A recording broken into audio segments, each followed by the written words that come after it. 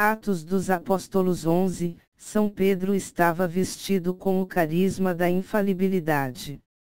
5 Mins. São Pedro estava vestido com o carisma da infalibilidade. Portanto, essa é uma pergunta que preocupa enormemente os católicos e que é ferozmente contestada por cristãos de outras religiões e principalmente por protestantes. No entanto, temos um texto muito preciso no qual Jesus anuncia que colocará Pedro em um carisma. Está em Lucas, capítulo 22, versículo 31. Simão. Então ele se dirige ao homem, um pobre pescador da Galileia. Agora Satanás pediu que você se escondesse como trigo, então sacuda-o para a direita, para a esquerda, de um extremo ao outro, e derrubá-lo. Mas eu orei por você para que sua fé não falhe. E é isso que é curioso, é que o texto continua dizendo, você, portanto, quando voltar, implicando sua traição, fortalece seus irmãos na fé. E São Pedro a responder, Senhor, eu daria minha vida por você. Jesus para responder imediatamente, você sabe, São Pedro, na verdade, ele o chama, Simão, antes que o galo cante, você terá me negado 3 vezes. Então, podemos ver que este texto tem um problema. De fato, este texto é extremamente preciso, torna possível distinguir o que Jesus quer dizer. Quando ele diz, orei para que sua fé não falhe, portanto, não é a fé pessoal dele, ele, como indivíduo, falhará, ele falhará continuamente. Ele fará isso mesmo no final de sua vida. Segundo uma lenda, ele queria fugir de seu martírio em Roma. Ele também falhará em seu comportamento pastoral público.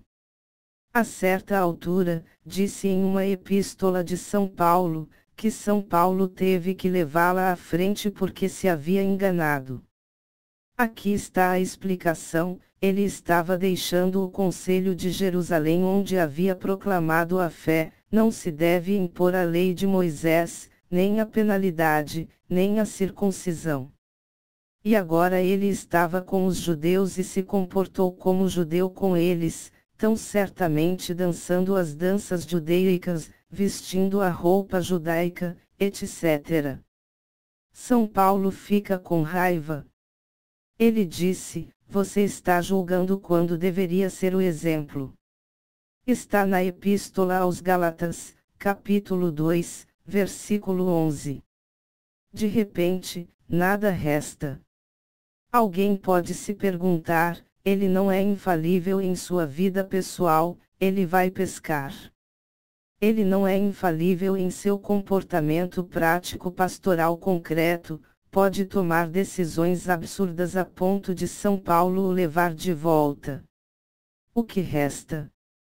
A Igreja Católica estudará toda a história da Igreja e perceberá que existem papos que tinham amantes, que existem papos que tomaram decisões pastorais absurdas. Lembramos, por exemplo, desse papa na época de São Pedro Canizio, creio, que havia proibido, por uma bolha de excomunhão, qualquer homem que tivesse um livro de Martin Luther, enquanto São Pedro Canizio trouxe os protestantes de volta à Igreja Católica lendo com eles os livros de Martin Luther.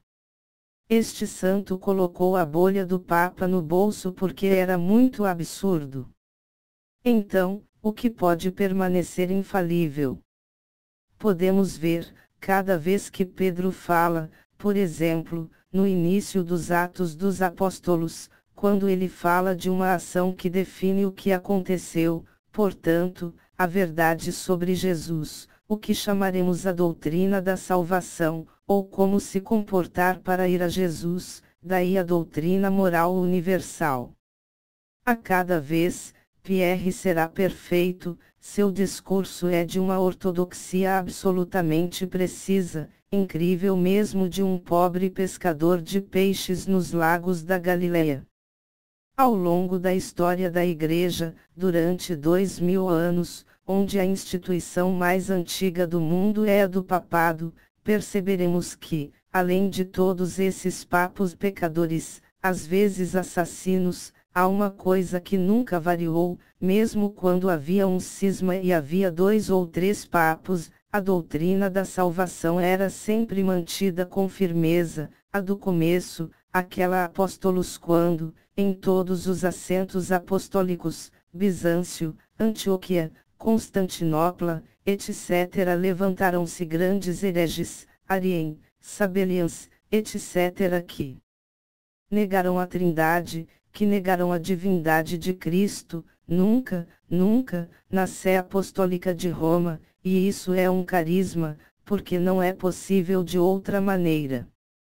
E a Igreja Católica, de repente, exatamente no século XIX, em 1870, proclamou que, quando um Papa como o Papa de seu púlpito de Pedro, mesmo que herético, não importa, ele seria um burro que Deus faria a mesma coisa, quando um Papa proclama a doutrina universal da salvação, portanto, o que é o céu e como ir para o céu, ele é infalivelmente protegido pelo Espírito Santo.